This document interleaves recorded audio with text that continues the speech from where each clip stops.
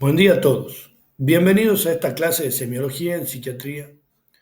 Desde la residencia de psiquiatría del Hospital de Clínicas Nuestra Señora del Carmen, realizamos este pequeño aporte a la cátedra de semiología de la Facultad de Medicina de la UNT.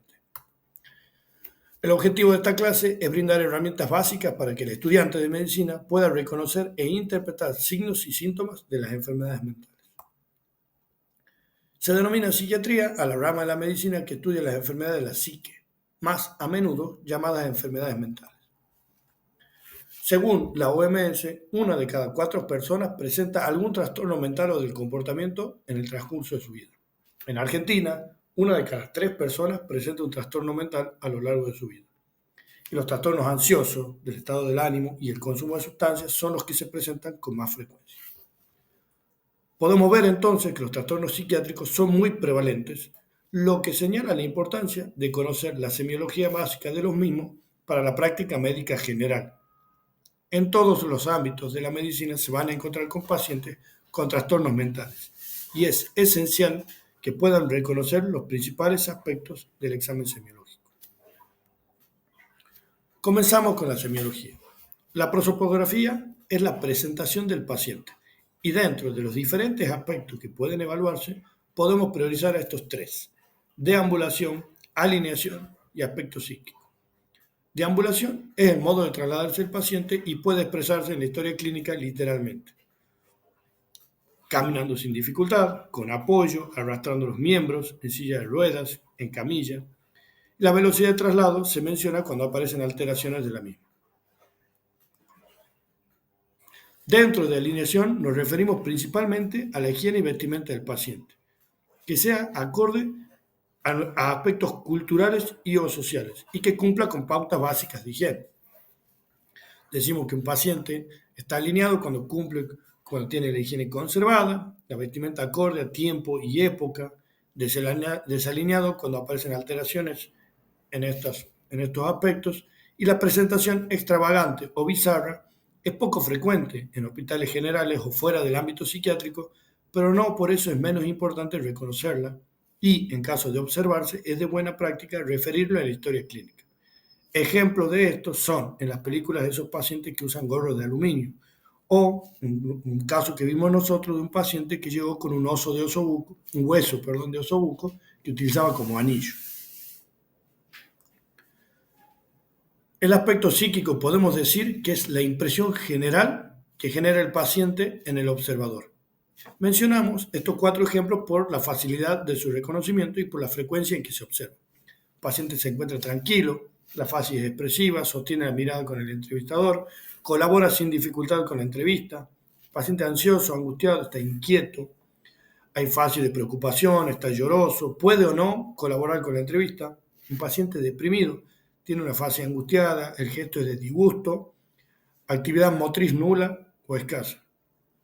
Y paciente excitado presenta inquietud, logorrea, que es un discurso exagerado, muy cargado de palabras, fase variable o hipermimia, que es cuando gestualizan mucho y se encuentra reactivo ante cualquier estímulo. Adjuntamos aquí ejemplos en historias clínicas de pacientes reales, evoluciones que realizamos nosotros en nuestra residencia para que sirvan de ejemplo de la teoría que demostramos.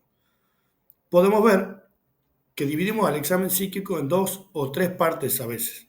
En amarillo se observa la sección de la historia clínica que hace referencia al punto de estudio. Paciente en regulares condiciones de higiene y vestimenta, conectada con el ambiente, camina sin apoyo ni dificultad, inquieta por momentos sin levantarse del asiento, mirada fija en entrevistadores casi permanente. Al momento de la entrevista concurre con acceso venoso periférico para hidratación para entrar. La historia clínica debe servir para que quien la lea pueda hacer una representación mental del paciente sin necesidad de estar presente durante el examen. En este caso, pueden imaginarse cómo se encontraba la paciente cuando acude a la entrevista. Las funciones psíquicas se denominan funciones psíquicas o cognitivas a aquellos procesos mentales que nos permiten llevar a cabo cualquier tarea. Hacen posible que el sujeto tenga un papel activo en los procesos de recepción, selección, transformación, almacenamiento, elaboración y recuperación de la información, lo que le permite desenvolverse en el mundo que lo rodea. Para su evaluación, vamos a seleccionar las principales funciones psíquicas por separado y luego de definirlas, ejemplificaremos sus más frecuentes alteraciones. No hay un orden específico para su evaluación y la decisión del orden de esta lista es únicamente para asociarlas en una posible mnemotecnia, utilizando las iniciales de cada una de ellas. No mencionaré la mnemotecnia formada para mantener el decoro de la clase. Conciencia y orientación, atención, lenguaje, memoria, actividad, pensamiento, percepción, ideación, juicio y afectividad. Conciencia y orientación. Es la función psíquica que permite al ser humano tener una noción del mundo interno en un momento determinado, percibir lo exterior a él y relacionarse reflexivamente con su entorno. Y orientación es la capacidad del individuo para ubicarse en tiempo, espacio y respecto a la propia identidad. La conciencia puede referirse a grosso modo y para el examen de grado como el estado de vigilia del paciente. Es sumamente importante evaluar en todos los pacientes la orientación temporoespacial y, en caso de encontrar alteraciones, saber referirla. Orientación parcial o desorientación según el grado de deficiencia. En el ejemplo, podemos suponer que la paciente se encontraba despierta, correctamente orientada. Paciente vigil, orientada temporoespacialmente. Al momento de evolucionar se puede utilizar la expresión temporoespacial o separar según sea necesario tiempo y espacio. Por ejemplo, pacientes que saben qué fecha es, pero no reconocen que se encuentran en una sala de hospital, o más frecuentemente, pacientes ubicados espacialmente, pero desorientados en tiempo. Las preguntas posibles que se pueden hacer es cómo se llama usted, saben dónde estamos, sabe qué fecha es hoy, quién le acompaña. Atención o prosexio. Es la función mental que permite seleccionar voluntariamente la parte del campo de los estímulos que debe ser el centro de la actividad consciente y anular, al menos momentáneamente, las fuentes de distracción. Decimos que la atención está conservada o euprosexio y alterada puede ser cuantitativamente hiperprosexia, hipoprosexia o aprosexia y cualitativamente paraprosexia. Por decir en criollo, la atención es la capacidad de concentrar las funciones psíquicas en un objeto en concreto. Por ejemplo, poder estar concentrados en la conversación con el entrevistador y no estar mirando, escuchando o distrayéndose con todo lo que suceda en la sala o consultorio. Hiperprosexia. El paciente se concentra demasiado en algún estímulo y no presta atención a otros estímulos relevantes. Hipoprosexia es la alteración en menos. Por ejemplo, pacientes que no pueden concentrarse mucho tiempo en algo se distraen con facilidad. Ejemplos son los pacientes con discapacidad intelectual. Y aprosexia es la ausencia total de atención y puede observarse en estadios muy avanzados de enfermedades como la demencia. La paraprosexia es más bien algo que utilizamos o que observamos más en psiquiatría. Con hiperprosexia aparente. Es decir, al ojo del entrevistador, la paciente se observaba con un incremento en la atención, muy concentrada en su objeto. Ante ruidos fuertes o estímulos externos a la consulta, la paciente no desviaba su atención. Lenguaje es el conjunto de símbolos y signos orales y escritos que permiten al ser humano la comunicación y la expresión del pensamiento y emociones. Alteraciones en la cantidad. Mutismo, empobrecimiento, logorrea o verborrea. Primero quiero hacer una aclaración. En esta definición no se incluye, pero en realidad son parte del lenguaje las señas y los gestos. Por ejemplo, las empleadas por personas con discapacidad auditiva o en la comunicación verbal, como el mutismo, el lenguaje de señas. El mutismo al que se refiere es al que el paciente no expresa pensamientos ni emociones. No un paciente que no puede hablar, pero se comunica a través de señas o con escritura. El empobrecimiento del lenguaje es cuando el paciente empeora su léxico, utiliza pocas y siempre las mismas palabras, habiendo ya adquirido la capacidad y la práctica de utilizar más palabras. La logorrea o verborrea son alteraciones en las que el lenguaje es excesivo. Los pacientes hablan mucho, constantemente. La bradilalia es el hablar enlentecido y la taquilalia, su contrario, donde el paciente habla muy rápido. La latencia de respuesta puede referirse cuando hay alteraciones muy notorias o cuando el paciente ya es conocido y se observa un cambio en la misma. Las alteraciones de la significación son más estudiadas dentro del ámbito de psiquiatría y a las alteraciones de origen neurológico o mecánica siempre debe evaluárselas. En los ejemplos podemos leer lenguaje hablado bien articulado, fluido pero en tono bajo. O en el siguiente ejemplo, lenguaje claro, fluido, discurso organizado, escueto. Podemos observar estos dos ejemplos en los que no se encuentran alteraciones en el lenguaje y se pueden referir de diferentes modos en la historia clínica. Memoria omnesia. Es la función mental que permite registrar, almacenar y recuperar la información transmitida por un estímulo. La memoria está conservada o hay amnesia. Pueden haber alteraciones cuantitativas, hipermnesia, hipomnesia o amnesia y alteraciones cualitativas, paramnesias. La hipermnesia es, por ejemplo, cuando un paciente recuerda algún episodio de manera muy detallada. Las alteraciones que más comúnmente van a observar en la práctica van a ser las alteraciones menos, es decir, la hipomnesia y la amnesia. La hipomnesia es una disminución parcial de la memoria. Por ejemplo, un paciente que reconoce a su familiar menciona que es su hijo, pero no puede recordar su nombre. En cambio, la amnesia es la ausencia total de un recuerdo. Podemos decir si es una amnesia episódica, tras un traumatismo encefalocraniano, por ejemplo, o cuando el paciente no puede recordar personas, situaciones o lugares. Las paramnesias son más estudiadas en el ámbito de psiquiatría. Paciente que se encontraba hipomnésica no recuerda claramente lo ocurrido en los días previos a su internación. En este caso, por ejemplo, los recuerdos de la paciente eran muy vagos, mal referidos. Decía cosas como no me sentía bien, me vieron unos médicos y me internaron. Cuando entrevistamos al familiar pudo decirnos que comenzó un lunes con dolor abdominal, consultaron 2 veces, luego fue internada en observación donde le pasaron suero y fue trasladada al hospital en el que se realiza la evaluación 3 días después. Ahí podemos comparar lo que es la memoria conservada y un estado o una presentación de hipomnesia. La actividad o voluntad o bulia abarca todas las manifestaciones de la actividad psíquica que es capaz de manifestar la personalidad humana. Comprende los actos, lenguaje y las manifestaciones de la voluntad a través de la cual se llega a tener una noción general de la conducta.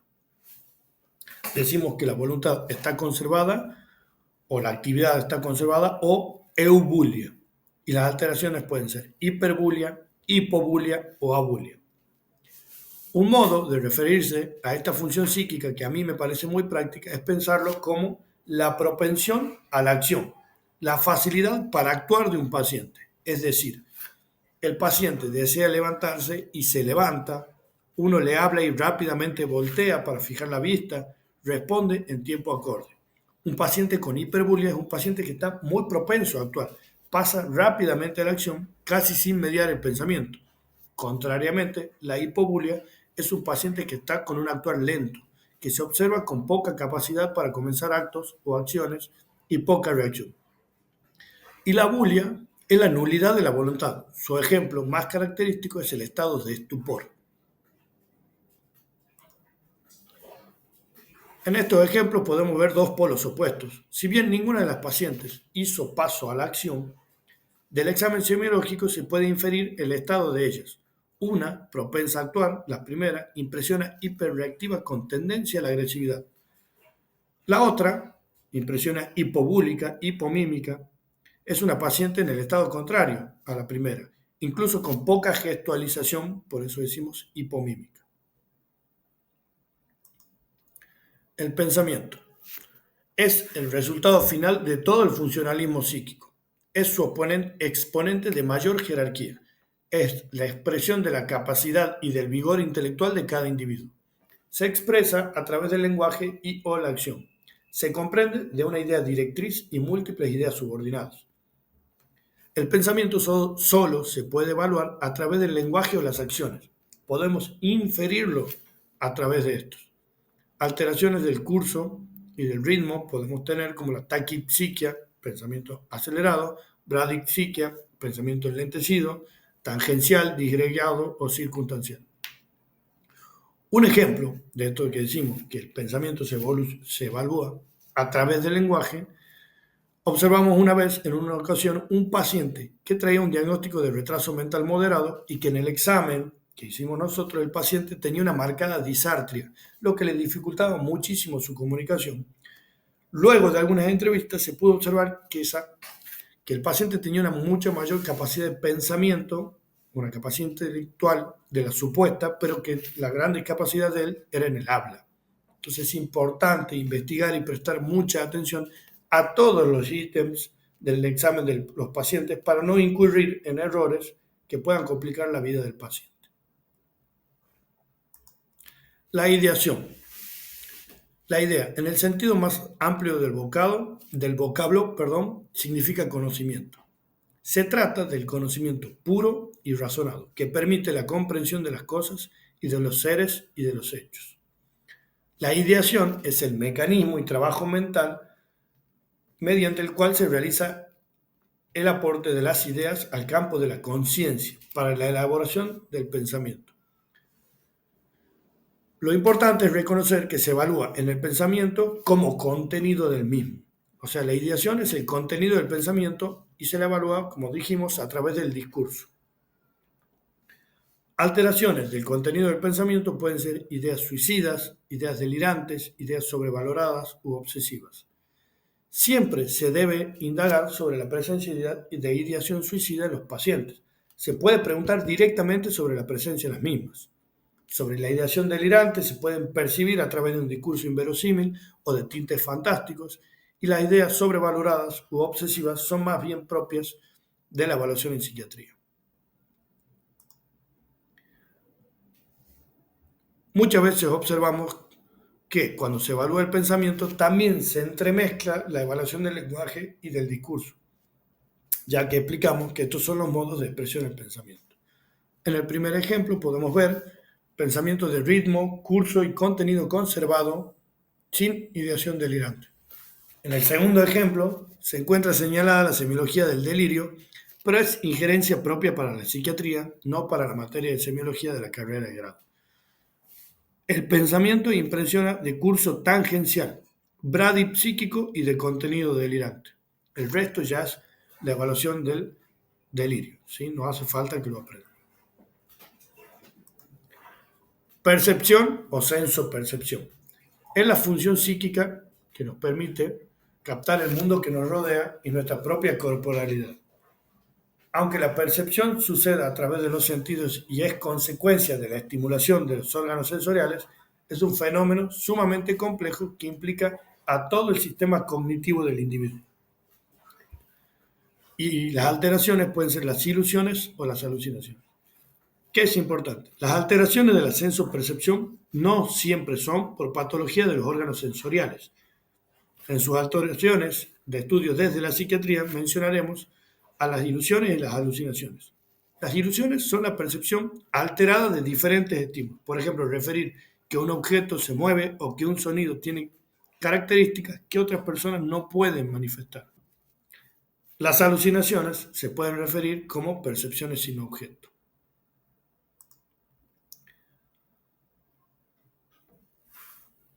Por ejemplo, acá tenemos 3 ejemplos distintos.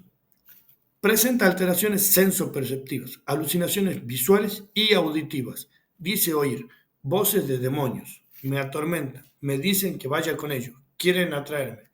Estoy aquí porque hice cosas malas. Era más largo el discurso de la paciente, lo cortamos por razones de espacio. Refiere presencia de alteraciones sensoperceptivas visuales y auditivas, voces de comando y susurros, alucinaciones visuales con forma de cara.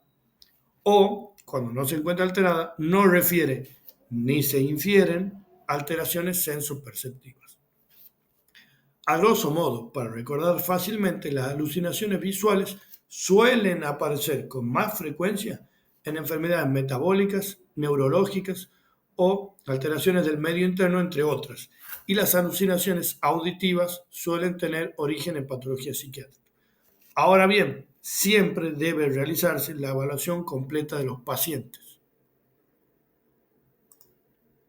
Afectividad o timia es el conjunto de las experiencias que definen y delimitan la vida emocional del individuo. Está constituida por 4 elementos básicos: las emociones, los sentimientos, el afecto y el humor o ánimo. Decimos que la afectividad está conservada o el afecto está conservado, o podemos mencionarlo como eutimia, y alteraciones: hipertimia, hipotimia o labilidad emocional. Es importante resaltar que eutimia, es decir, afecto conservado, no significa que el paciente no presenta emociones, sino que estas son acordes a la situación. Es decir, el paciente se angustia, llora o ríe de acuerdo con lo mencionado en el discurso o con lo acontecido en el momento. La hipertimia es la exaltación de la afectividad del paciente y la hipotimia es su disminución. La habilidad emocional es un cambio entre polos distintos de la timia o de la afectividad, con paso fácil de la risa al llanto o viceversa, muchas veces sin congruencia con la situación vivida. En los ejemplos, que son dos, podemos ver hipertimia displacentera con respecto a lo que ocurre. Hipertimia displacentera es un término muy utilizado en psiquiatría para referirse a la exaltación del ánimo negativo, es decir, una tristeza o angustia muy intensa. Y abajo podemos ver el segundo ejemplo que se menciona sin resonancia afectiva. La resonancia se entiende como el efecto que produce lo sucedido en el afecto. Se puede interpretar que esta paciente se presentaba hipotímica. El juicio es el acto mental por el cual se llega a una conclusión o se toma una decisión, mediante la comparación y evaluación de las diferentes alternativas con las que se cuenta, gracias al conocimiento que se tiene del mundo externo. Cuando está conservado, lo mencionamos como tal, y las alteraciones pueden ser debilitado, suspendido, insuficiente o desviado. El juicio está debilitado principalmente por las alteraciones de la conciencia o de los sentidos, de manera temporal.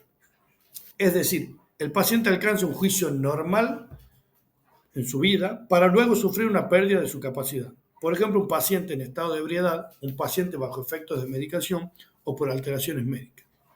La suspensión del juicio se da en pacientes que no pueden llevar a cabo el mismo, por ejemplo, el coma. Y ejemplos de juicio insuficiente son los pacientes con discapacidad intelectual que no alcanzan el nivel de juicio esperado para su edad.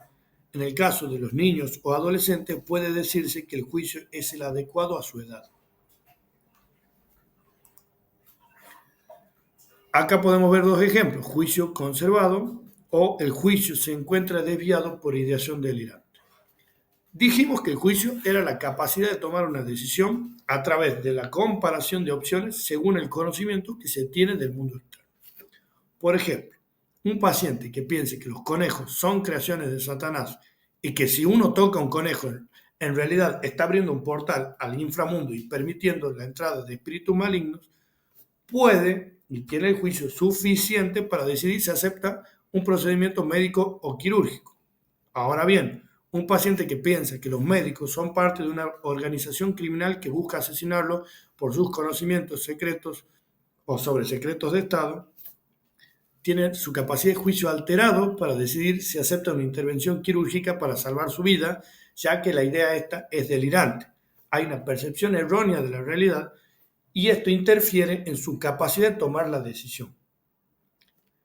En casos como estos, importa la decisión de familiares o cercanos al paciente y cuando estos no se encuentran, se debe tomar decisiones médicamente correctas, basadas en evidencia científica y luego, a través de informes, dar aviso a la justicia sobre lo acontecido.